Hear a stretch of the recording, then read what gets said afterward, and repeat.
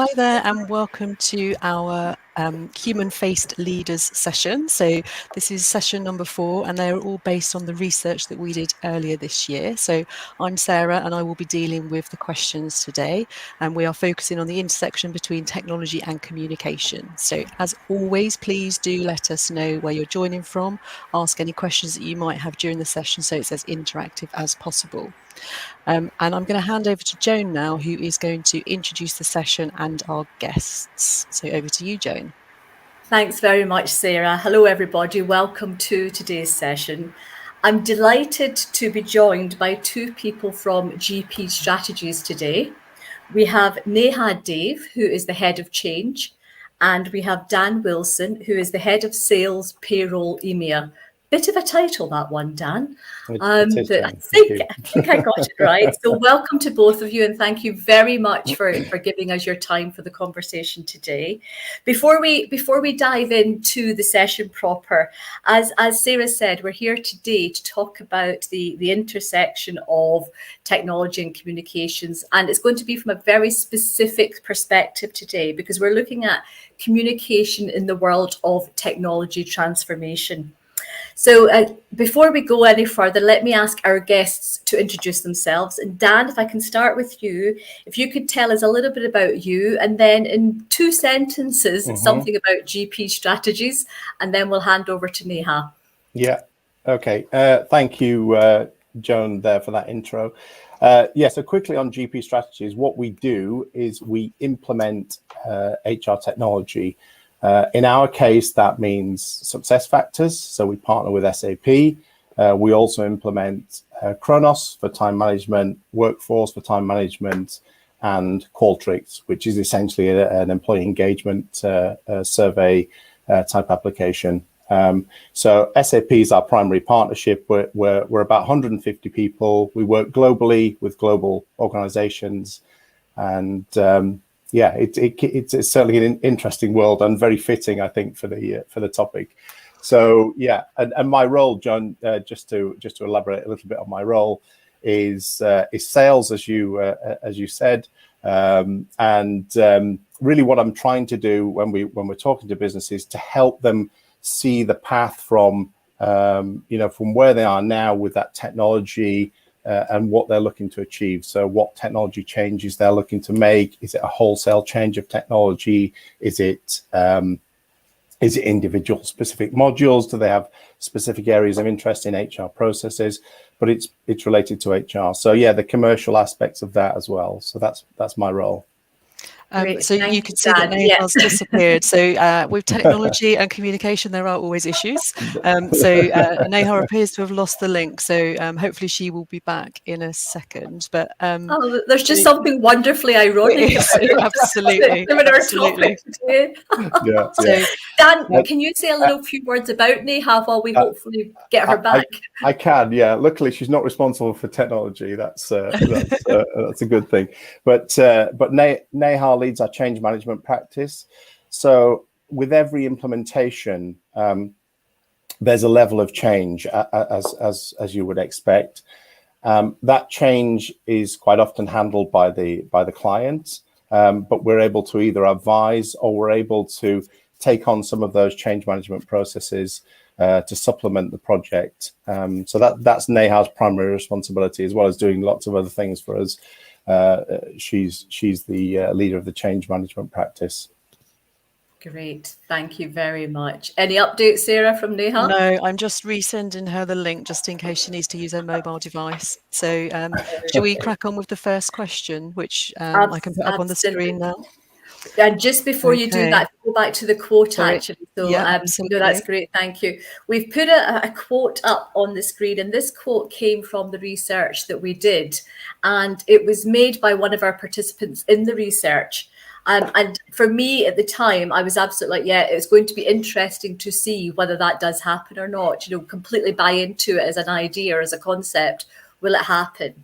Interestingly, it's something I've been hearing much more from people over this year, over 21, that absolutely we do need to be doing this and starting to see some more of that happening. So I suppose within the context of what we're going to talk about today, we are interested to hear from your experience, Dan, from Neha's experience, the extent to which you see that happening, that harmony coming together in terms of technology. And I'm very aware we're putting you right on the spot because we were going to be asking Neha to speak first. How are you feeling about that? Telling us This a is little bit live, about huh? This is right. This is live. Absolutely. Communication in the world of technology transformation. What can you share with us, Dan? Yeah. I think, you know, just to sort of set the scene a little bit here, really, is that there's been a huge acceleration, in the use of technology recently. I mean, we're all experiencing that. And, you know, that's taken on many different forms. I think in particular for HR teams, they're wrestling with a number of issues at the moment, and you see the headlines in the press around, trying to find the right people. So there's a shortage of candidates. How you're working with disparate workforces, so distributed workforces, and people across the globe, or just certainly not in the office anyway. So those types of challenges. And then I think, handling processes, policy changes, business changes, strategic objectives. So how are HR translating that strategic direction, from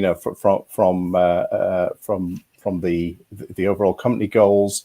How's that been managed? And then how are they using technology to facilitate that and to make the most of it? And one thing is for sure, really, Joan, I think right now is that you have to have the technology. So I see many companies now that don't have the technology yet, or they're struggling across certain processes, and they're really having a hard time in this new, I know we're going to say it, but in this new world, they're struggling to really, I suppose, get a nice grip and a nice, sort of their arms around their HR strategy and processes without technology, whether that's paper-based or whether they're just relying on, verbal communication. So the technology is absolutely fundamental right now to delivering the HR strategy, delivering process, policy, and being agile, making change. Hey, Neha, good to see you exactly. back. I'm back. And the of technology as I've just had, so apologies, I'm back with you. My laptop completely crashed, but what an immersive experience, eh? Absolutely. And it just shows about being agile, isn't it? So now you're in from your phone instead of your desktop, so it can all be solved. And Dan's just been doing a wonderful job of giving us his perspective and ad-libbing, if you like, around this point around communication in the world of technology transformation. So it's great to have you back. Let's take it back up to get your perspective on that as well. You missed it because you'd gone online, but you know about the quote. Thank you, Sarah. This thing about that mindset change. So if we can ask you around tell us about your perspective on communication in the technology transformation world. You heard Dad saying there about people are struggling if they don't have the technology. So over to you, Neha. Thank you, Joan. I think there are 2 or 3 things I want to bring out. First is the quote itself around the mindset change. And that's something we talk a lot about to our clients. And what I do talk about is that in the mindset change, it's 2 things. One is to understand that you are undergoing a transformation, not just to introduce new systems and processes, but also to change the way you work, or you want people to do things differently. So I don't want to say culture change, but I like to make it a little bit more digestible when I say behavior change, right? So you want people to do something differently. And the second mindset change I've seen that we really talk about is a cloud mindset or technology, where what we're engaging with now is constantly moving as well. We are not working in a world where something takes 2 to 3 years to deploy. You might not see it, you may not see it. It's happening really quickly. We can design it. It's iterative, it's agile. And that is hard because as human beings, we are creatures of habit. We like a steady state. It takes us time. We like things that are familiar. So here we are dealing with a stimulus that is constantly changing, and we have to adapt as well. So communication in a transformation program is unique because it it is trying to communicate something that you don't fully know yet. You have some sort of end state that you want. So you do have a vision that you want to point out, but it doesn't, and that vision can change along the way. So that's really important, that's new in transformation communication. The other thing that I always want people to include is what's in it for me. Because typically when we see sort of a business case or a case for change, it's very much around efficiency, standardization, compliance, a little bit unsexy for everybody, but they're meaningful. So it's all about making sure that you're able to relate back to your core audiences. So what does it mean for them? And typically I would imagine there's leadership, there's management, and then there are employees. And it's a very crude, very crude bucketing of employees, but that tends to be quite pertinent. We call it role-based or avatars that we use in our world. And the other part I want to just add before I hand on Dan to see if you had other points was letting people know what they need to do differently. That's the behavior part that we really want to drive. So it is very, very easy for someone to know what it is. And a technique that I use a lot is a start, stop, continue. That is a really nice way of signaling behavior change that you want people to make amidst technology transformation. Dan, anything from your side as well? Neha, just to pick on a couple of points that you mentioned there. So one was certainly the mindset. So getting when we start these projects, and even before during the sort of initial conversations before the client even decides on technology, is where do they want to get to? So that end state that you talked about is, what's the ultimate objective? What are they trying to solve by deploying this technology? Because it is often quite a big investment, certainly in terms of money, but more importantly, probably time. So you're trying to consult with enough stakeholders to say, is this the right thing to do? Are we doing the right thing here? Are we focusing on the right areas? So if it's a particular process, So I think that's really important. And, we talked about this recently about people understanding. So you bring together lots of different stakeholders. Do they share that? Do they share the vision? Do they share the objectives? Do they share the willingness probably to commit to these projects for, say, 9, 12, 18 months? And I think that's really important, so that initial, as you say, mindset, understanding the end state, and then continuing that communication along the journey over that duration. Thank you both. And as I hear you speak, there's so many thoughts flying through my head actually, but thinking about it from the employee experience point of view, you've talked a little bit about what has changed in the communication that happens during transformation. And one of the things you were talking about is like you might not know the vision and it might change during the length of the program. So I'm thinking about it from the employee experience here. Can you say a little bit more about what is different and what you do now in terms of engaging the employees and using communication to do that, obviously? Yeah, I think the main thing is that, we always start off with where do you want to go? So there is a painting of the end state. And then I sort of mirror that with what I like to call the change curve. It's a popular term, but I have deliberately chosen a very positive curve in the way I see it. And it sort of goes from awareness to advocacy. So it is the understanding that it takes time to move an individual and an organization from the awareness to the advocacy. When you ask, Joan, what has changed, I think the main thing is people want to get there quicker.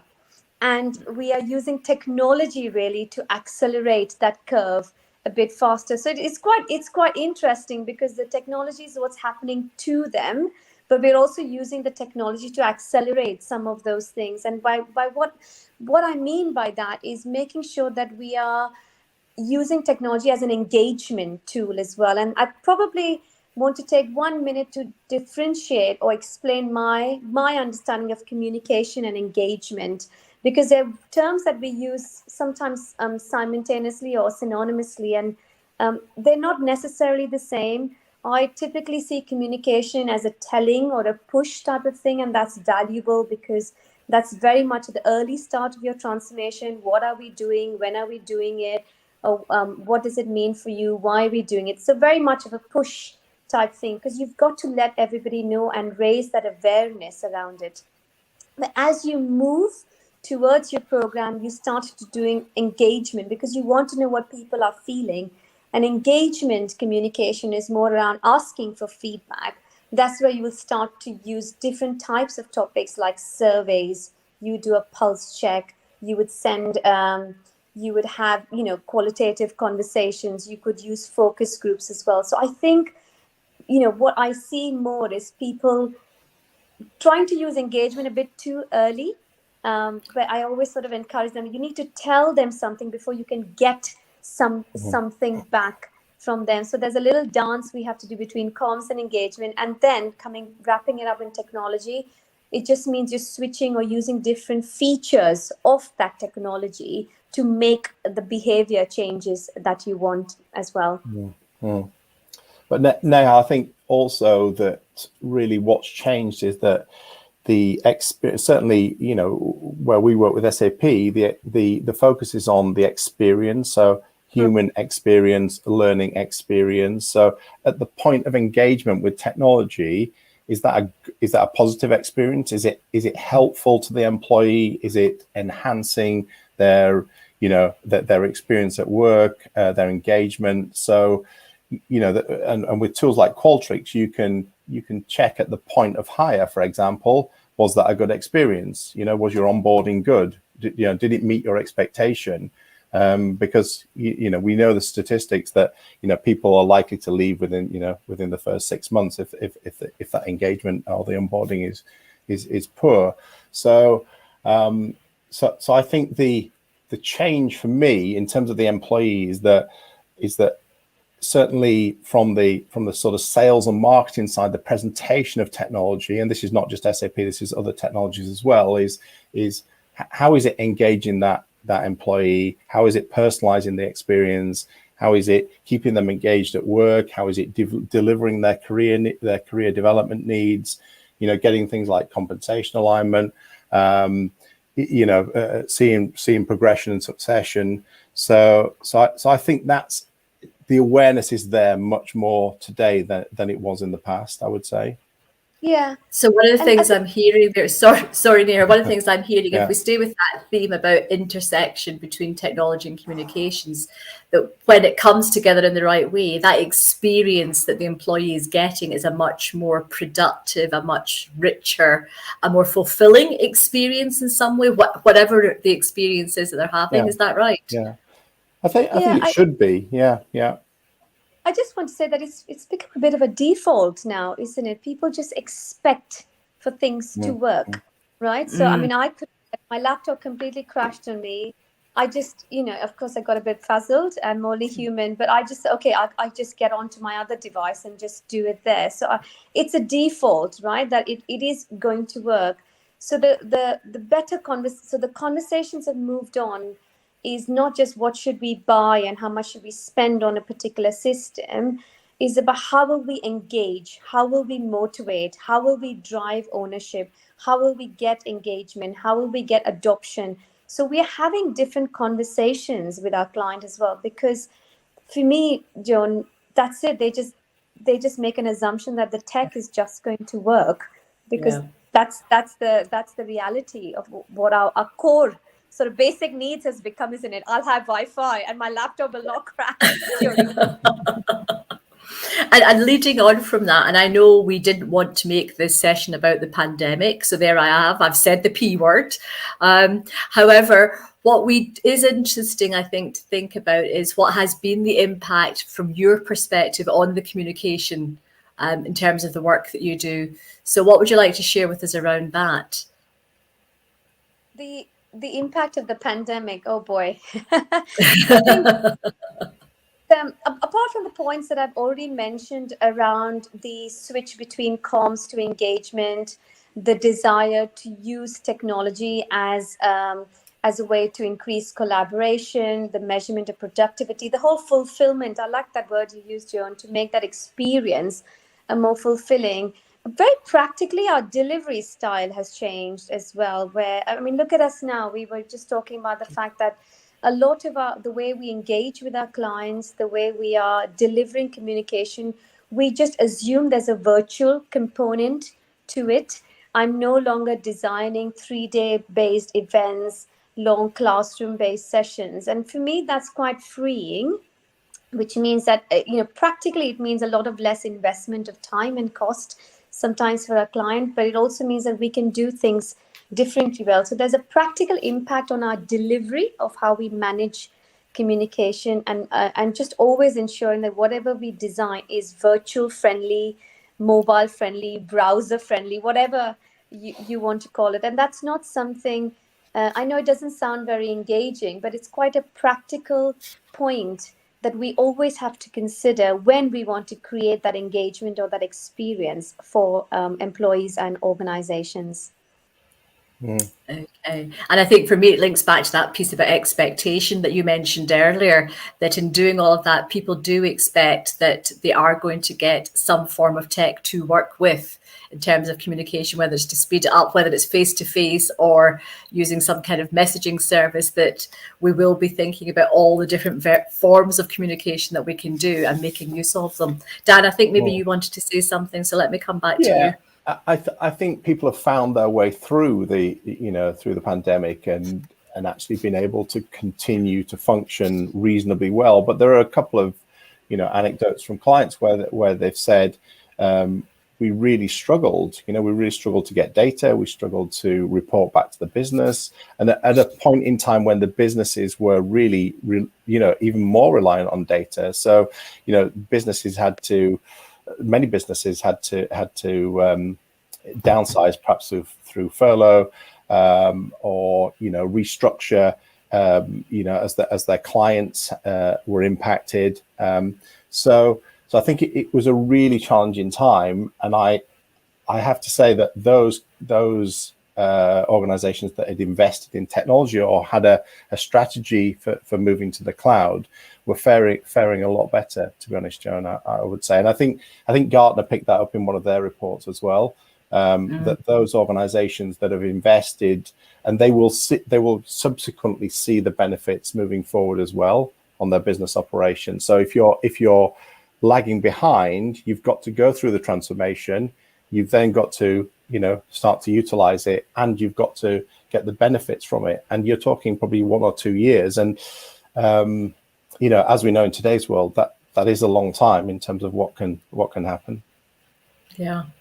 So where my head is going as I'm hearing both of you speak is something around going back to the messaging and the content of the messaging. And I'm wondering about the difference between when you see programs going well versus ones that haven't gone so well, particularly from around that messaging piece. So are there any stories you can share with us from that perspective, when you have seen it work really well or when it hasn't done? Partly from that change perspective, maybe around, the messaging and the way the organizations have gone out to their people. And also, we're not expecting to name people as such, but any generic examples that you have. I think I'd like to talk about a particular scenario that can be a direct outcome or an indirect outcome, which is redundancies or people losing their roles because of automation. And I know that's a sensitive one, and I'm going straight in. And I often ask that direct question because that straddles my communication strategy and plan. Because if I'm going to talk about, or your narrative is all about, standardization, one source of truth, efficiencies, then everybody's naturally thinking it, right? Everybody's thinking, will I have a job? Where it has worked well, Joan, is where I have that insight earlier on, whether we can have that direct conversation with the sponsor saying, are you or will you be making redundancies at the back of it? It doesn't mean that we are putting those messaging in from the beginning, because legally you can't do that and you don't know your end state for some time.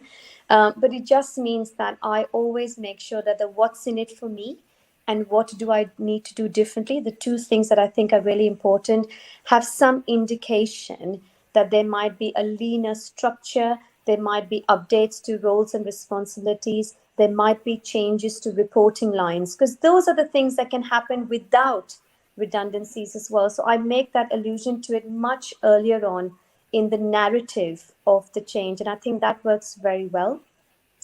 What doesn't work so well is if you don't talk about it at all, and then you come across as inauthentic.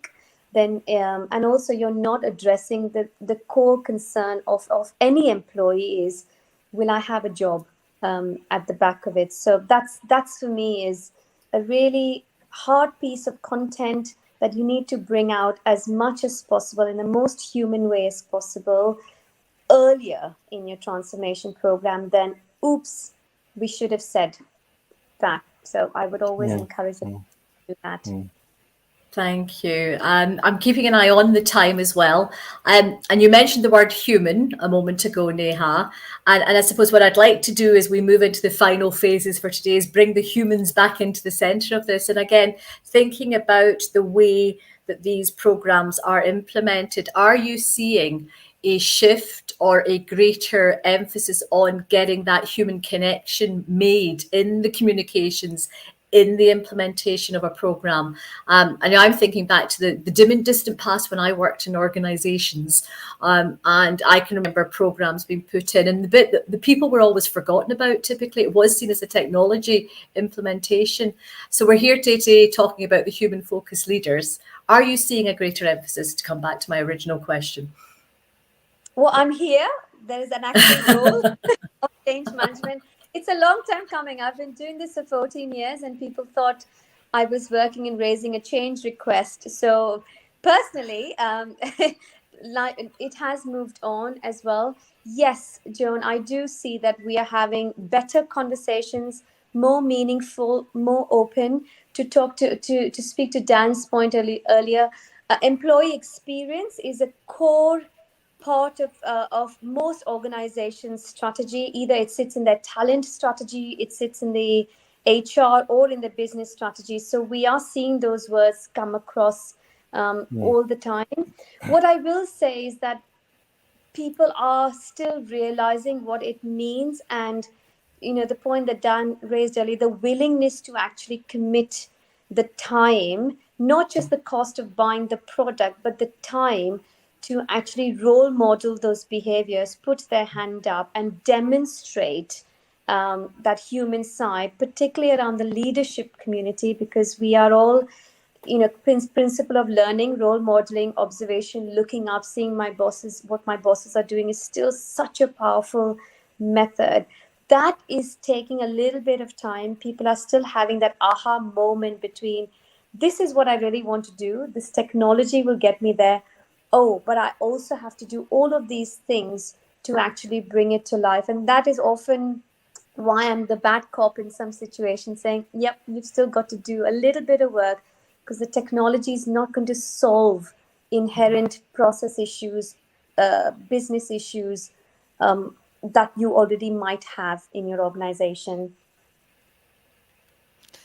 Great, thank you. Sorry, Sarah, go on. So we've got a couple of comments coming in from Jeffrey. So he's saying IT needs to be authentic. Employees are tech savvy, are really savvy. And then he's just talking a little bit about the balance that you were talking about between communication and what you can and can't say at the start of a project. So yeah, really good comments, Jeffrey. Thank you. Sorry, Dan, go on. Yeah, no, just back to Neha, what Neha was saying. We're seeing that change management is a feature of, I would say, 95% of projects. So people are very aware that part of the project is fundamental. And everyone knows with HR tech, when you implement HR technology, it affects every person in the business, or typically affects every person in the business. It's not, no disrespect to finance or other implementations, but it doesn't always touch every employee, whereas HR does. So it's so critical. Yeah, and just thank you for that, Dan. And going back to that point that I saw come up from Jeffrey about the balance, getting that balance. I think, absolutely, that is so true, isn't it? We're always trying to make sure we're getting the balance. And with that in mind, Neha, and we're coming to the end of our time for this session, sadly, what messages would you like to leave with our audience today? What are the key things you'd like to say to us? Thank you. I think I just wanted to reflect on a balance before I wrap up. One is that it doesn't have to be a dichotomy. It shouldn't be an us versus them, technology versus human, right? It doesn't have to be this way. I love the word harmony. We are in it. We're going to work together. But again, I just want to say and what that relationship really is, that technology is the enabler. It facilitates it. It makes it happen. It's not the silver bullet, and that will fundamentally change it. That hard work, the human intelligence, the emotional intelligence, the effort is still going to happen. So I would ask you to still concentrate on the hygiene factors of communication, thinking about your audience, the outcomes, your purpose, your channels, all those lovely things that we know about communication as well, rather than the tech is not going to do that thinking for you. Great. And to Jenny's point that's popped up on the screen, that's why we need the right people in the room when at every stage, from the initial consultation to the planning, etc. Dan, what would you like to say to finish for us today? Yeah, no, I think that point from Jenny is just superb, really. Getting the right people in the room, because, as I say, it affects everybody. So either the outset of these projects, or certainly at the right point, is consultation is critical. With certainly, some stakeholders are more invested than others. So certainly if you're perhaps a manufacturer, for example, and this technology change will have a huge impact on processing, business processes I'm talking about, not HR, then, absolutely critical that consultation takes place.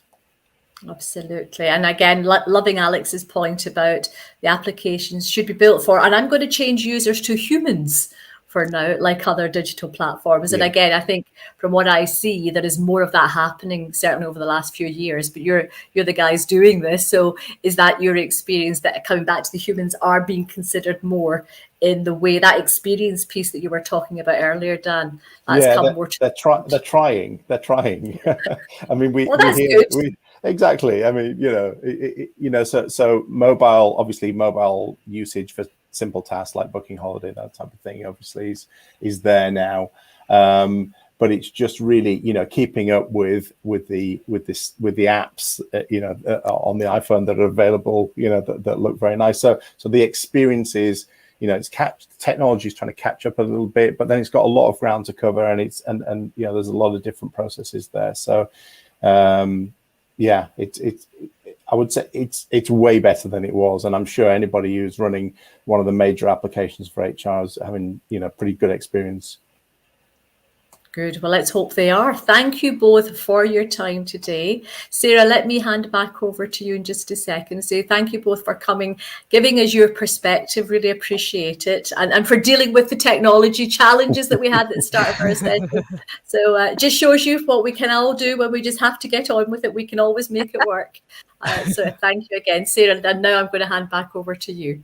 Yeah, so thank you very much to everyone that's been watching. I can see there's been a fair few people watching today, so that's great. So if you do have any other questions that you want us to have a look at, please feel free to add them to the chat. We can go back and answer those afterwards. And yeah, our next session is going to be in January, so we haven't decided exactly on the topic yet, but we will be advertising that in due course. So thanks again for watching, and we will see you next time. Bye. Thank you. Bye-bye. Bye.